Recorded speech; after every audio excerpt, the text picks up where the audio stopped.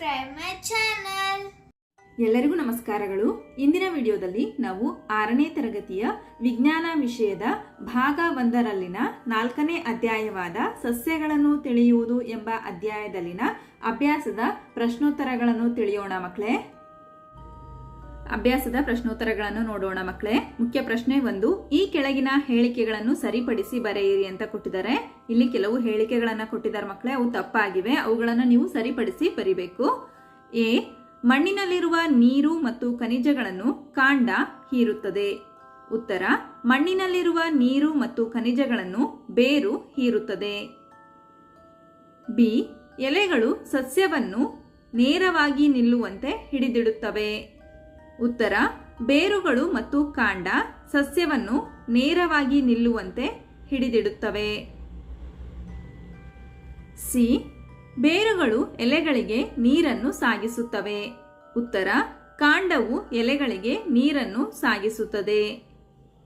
ನಂತರ ಡಿ ವಾಕ್ಯ, ಒಂದು ಹೂವಿನಲ್ಲಿ ಪುಷ್ಪದಳ ಮತ್ತು ಕೇಸರಗಳ ಸಂಖ್ಯೆ ಯಾವಾಗಲೂ ಸಮ.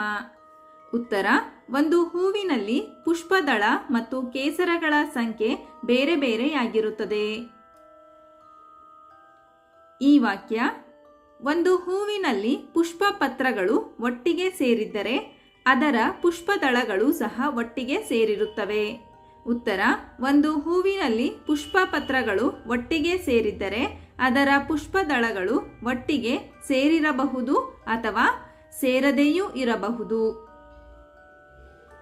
ಎಫ್ ವಾಕ್ಯ, ಒಂದು ಹೂವಿನಲ್ಲಿ ಪುಷ್ಪದಳಗಳು ಒಟ್ಟಿಗೆ ಸೇರಿದ್ದರೆ ಆಗ ಶಲಾಕೆಯು ಪುಷ್ಪದಳಕ್ಕೆ ಸೇರಿಕೊಂಡಿರುತ್ತದೆ.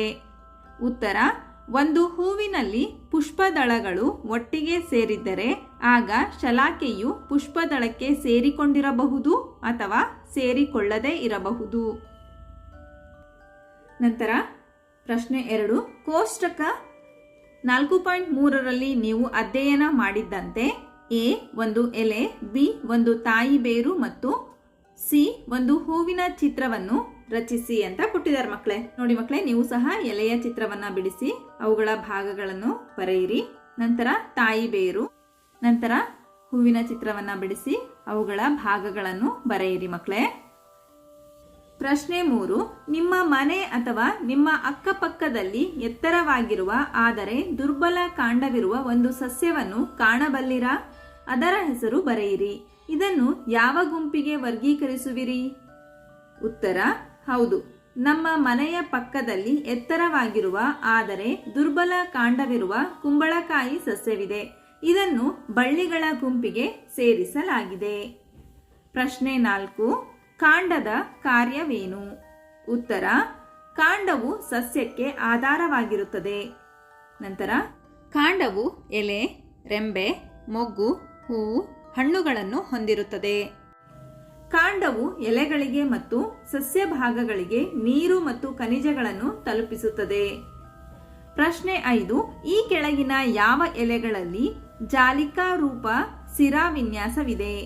ಗೋಧಿ, ತುಳಸಿ, ಮೆಕ್ಕೆಜೋಳ, ಹುಲ್ಲು, ಕೊತ್ತಂಬರಿ ಅಥವಾ ಧನಿಯಾ, ಚೀನಾ ಗುಲಾಬಿ. ಉತ್ತರ, ತುಳಸಿ, ಕೊತ್ತಂಬರಿ ಮತ್ತು ಚೀನಾ ಗುಲಾಬಿಯಲ್ಲಿ ಜಾಲಿಕಾ ರೂಪ ಸಿರಾ ವಿನ್ಯಾಸವಿದೆ. ಗೋಧಿ, ಮೆಕ್ಕೆಜೋಳ, ಹುಲ್ಲು ಇವುಗಳಲ್ಲಿ ಸಮಾನಾಂತರ ಸಿರಾ ವಿನ್ಯಾಸವಿದೆ. ಪ್ರಶ್ನೆ 6, ಒಂದು ಸಸ್ಯಕ್ಕೆ ತಂತು ಬೇರಿದ್ದರೆ ಅದರ ಎಲೆಗಳಲ್ಲಿ ಯಾವ ಬಗೆಯ ಸಿರಾ ವಿನ್ಯಾಸವಿರುತ್ತದೆ? ಉತ್ತರ, ಒಂದು ಸಸ್ಯಕ್ಕೆ ತಂತು ಬೇರಿದ್ದರೆ ಅದರ ಎಲೆಗಳಲ್ಲಿ ಸಮಾನಾಂತರ ಸಿರಾ ವಿನ್ಯಾಸವಿರುತ್ತದೆ. ಉದಾಹರಣೆ, ಗೋಧಿ, ಮೆಕ್ಕೆಜೋಳ, ಹುಲ್ಲು. ಪ್ರಶ್ನೆ 7, ಒಂದು ಸಸ್ಯದ ಎಲೆಗಳಲ್ಲಿ ಜಾಲಿಕಾ ರೂಪ ಸಿರಾ ವಿನ್ಯಾಸವಿದ್ದರೆ ಅದರಲ್ಲಿ ಯಾವ ಬಗೆಯ ಬೇರುಗಳಿರುತ್ತವೆ? ಉತ್ತರ, ಒಂದು ಸಸ್ಯದ ಎಲೆಗಳಲ್ಲಿ ಜಾಲಿಕಾ ರೂಪ ಸಿರಾ ವಿನ್ಯಾಸವಿದ್ದರೆ ಅದರಲ್ಲಿ ತಾಯಿ ಬೇರು ಇರುತ್ತದೆ. ಪ್ರಶ್ನೆ 8, ಕಾಗದದ ಹಾಳೆಯ ಮೇಲಿರುವ ಎಲೆಯ ಅಚ್ಚನ್ನು ನೋಡಿ.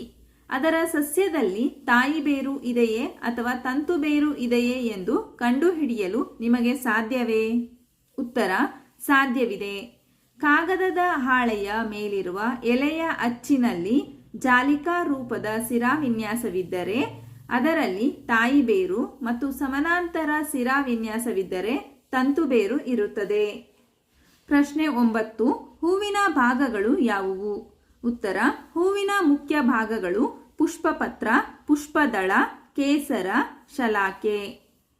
ಕೇಸರದಲ್ಲಿ 2 ಭಾಗಗಳಿವೆ: ಕೇಸರ ದಂಡ, ಪರಾಗಕೋಶ.